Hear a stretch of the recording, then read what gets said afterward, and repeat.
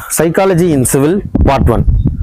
So civil design use பண்ணி நம்ம mental ஹெல்த்தை, பாடி ஹெல்த்தை எல்லாத்தையும் இன்க்ரீஸ் பண்ண முடியுமா, நம்ம ஸ்ட்ரெஸ் எல்லாம் குறைக்க முடியுமா அப்படின்றத நம்ம பார்க்க போகிறோம்.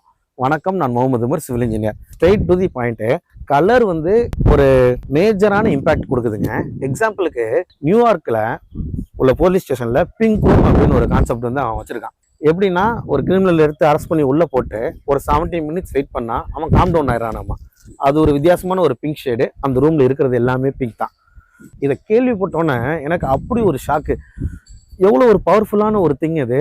ஒரு கலரை வச்சு ஒரு மனிதனை காம் டவுன் பண்ண முடியுது. இன்னும் 2 எக்ஸாம்பிள் ஸ்ட்ரக்சரல் வைஸ் தரேன்.